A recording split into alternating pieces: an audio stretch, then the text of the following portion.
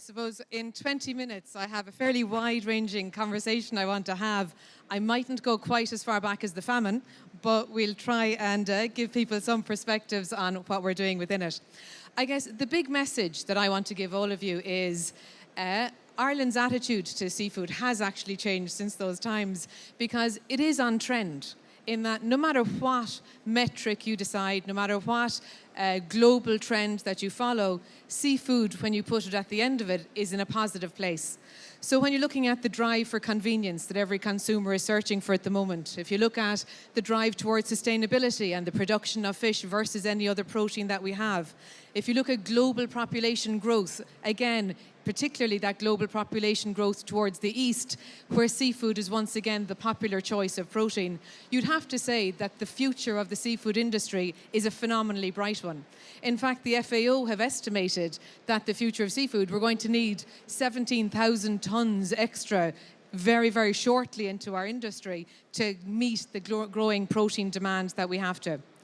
But the big piece that you have to ask yourself then is, how is our industry structured to be able to exploit that growth and all of those trends? And I think from this slide, what I'm trying to say to you is, it probably isn't structured optimally for that.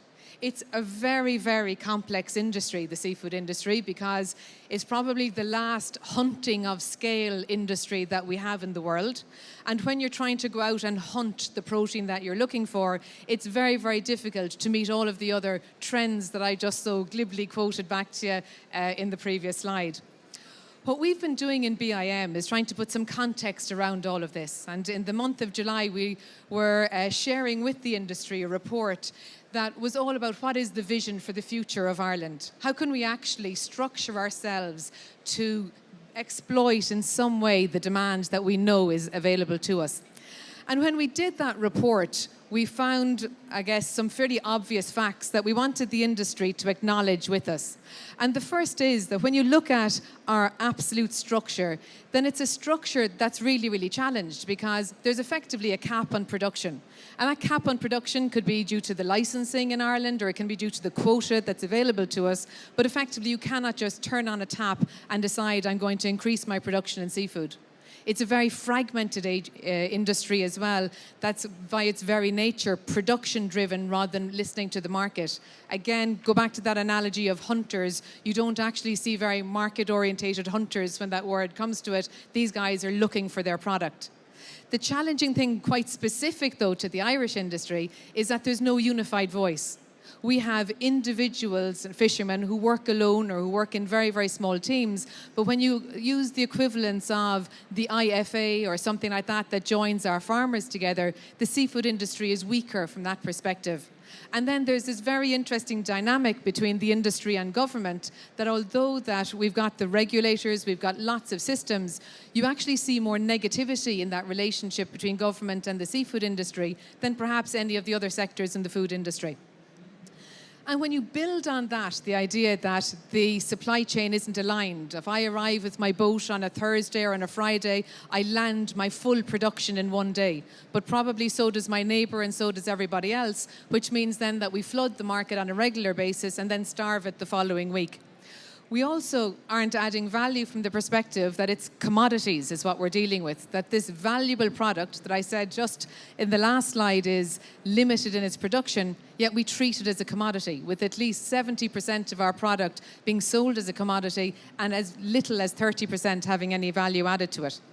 We don't listen to the market very often, and it was another one of these findings. We have no brands, very little innovation, and as a result, very few people are attracted to say, my first choice of food industry selection would be to work in the seafood industry. Not a very pretty backdrop compared to the we're on trend for every bit that I opened it up with. So what our challenge was when we looked at this industry was, how can we best leverage the raw material? Because we know we have a fantastic product, but we know we also have to build the foundations of the industry into the future. And what we needed to do was to create this business plan that we can then convert and sell into our own industry to make sure that we're structured in a much better way for the future. And that's all about very obvious things, prioritizing the opportunities, looking at the investments we have to make, looking at the skills that we need to attract, and most importantly, driving profitability into it. Now, even though that those last couple of slides were perhaps quite challenging as to what the industry has to do, there are some really strong foundations in the industry structure as well. So you've got an organisation like the Marine Institute who's leading science and research. You've got ourselves who are there to help and develop the seafood industry since 1952.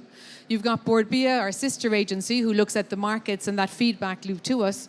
You've got Origin Green that has been talked about quite a lot, which articulates that whole sustainable journey. So not everything is lost either, but it's a case of how do you bring it to a place where we could be best. And what we've looked to do is to articulate a vision so that we can bring everyone with us as to what is possible. And in this vision, what we've articulated is that we see an opportunity, if we do things right, that we can be the international leader, that Ireland and its seafood industry can be the international leader in high-value, differentiated seafood. And that those products are going to satisfy this growing demand for healthy, safe, responsible and sustainably produced food. Now, every word in that sentence has been very carefully chosen, but I guess the one that I want to draw your attention most to is a very simple one, that we're not saying we want to be an international leader. We don't want to be one of the international leaders. We want to be the international leader. And that's just to show the ambition that we have for this industry and our fundamental belief as to what's possible within that. And if you're going to be the international leader that's going to create these differentiated products, then you have to be very, very focused. And this is what this presentation is effectively about, because what we have to be focused on is value creation and profitability if we're going to bring our industry with us on this really, really challenging journey, I guess. But fundamental to all of this is that we know we have got one of the best products in the world. The absolute challenge is how do we maximize the value, because we're convinced we're leaving an awful lot of the potential value behind us.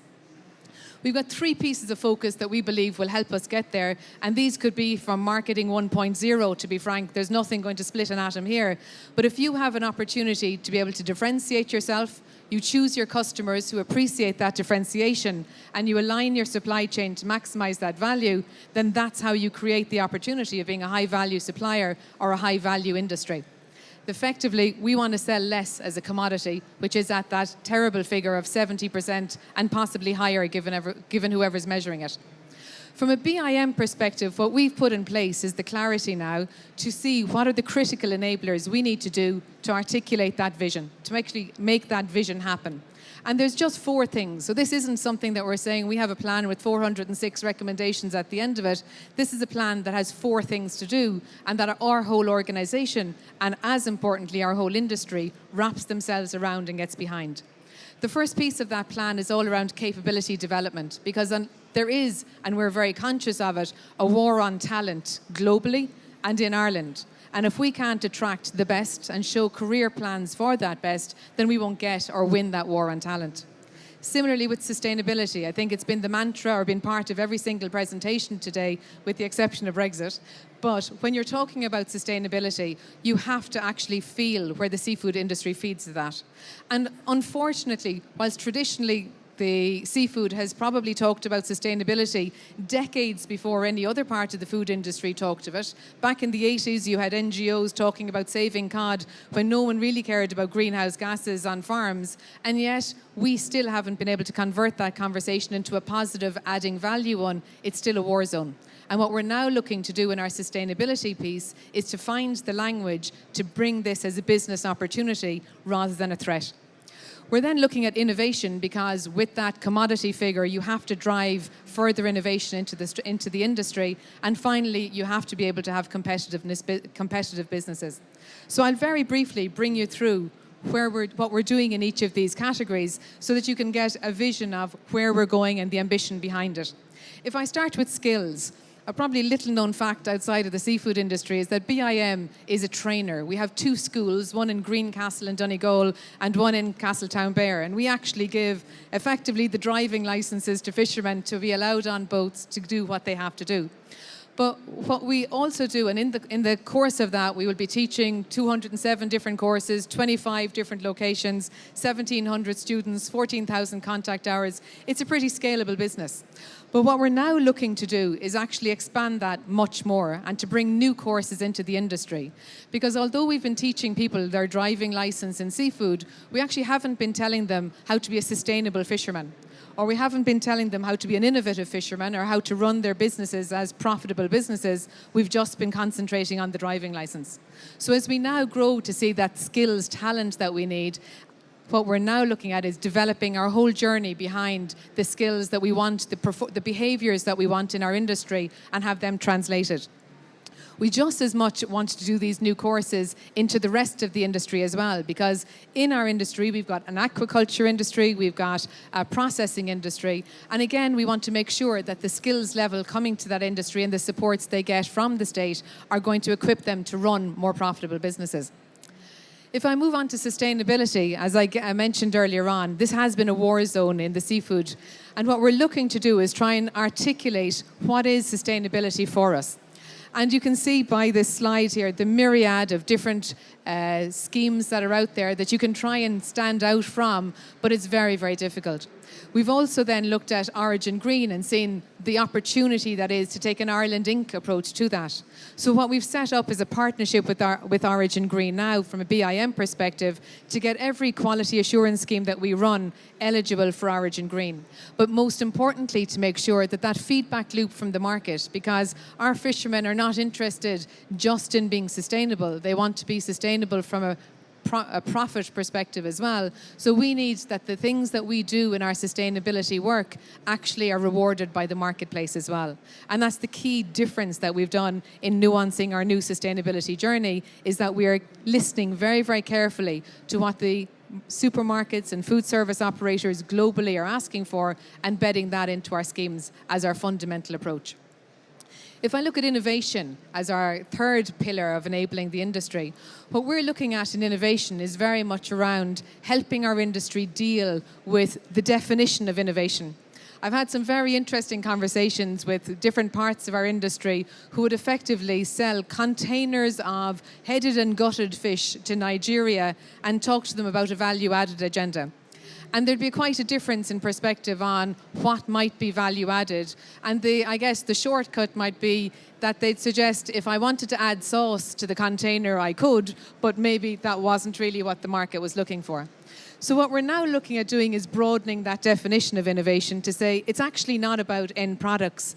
That's one part of it. It's actually about how you do your business. It's about the structures that you put in place. It's about the innovation approach that you have. It's about how you bring your people on board. It's about the language that you use. It's about appreciating the products that you have. So what we're actually now doing is redefining innovation in the industry. We're creating models closer to what's working in the pharmaceutical industry rather than just the older generation food industry, to bring our industry with us to capture that value. And then our fourth pillar is all around competitiveness. This pyramid comes from the National Competitiveness Council, where they define for us how you become competitive. And it's all about the conditions that you work with, the inputs that you have, the resulting outputs from that gives you sustainable growth. And what we're concentrating within all of those graphs is, number one, the clusters and the sophistication of our industry.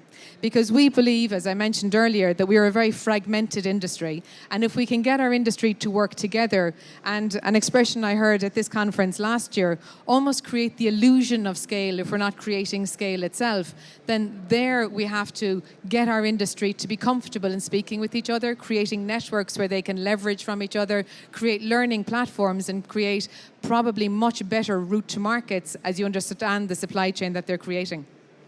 So as we build those networks and those clusters for growth, we then want to build the sophistication of the companies that we work with, the business models that they use, so that they can attract further finance to their industry. Behind all of this is money. And I guess one of the great things about this industry, and when I mentioned at the beginning the infrastructure that we have available to us, the European Maritime Fisheries Fund was renegotiated under Minister Coveney's guidance last year. And it's resulted in €250 million over the next 6 years being invested in the Irish seafood industry, of which €142 million will be invested in seafood through BIM.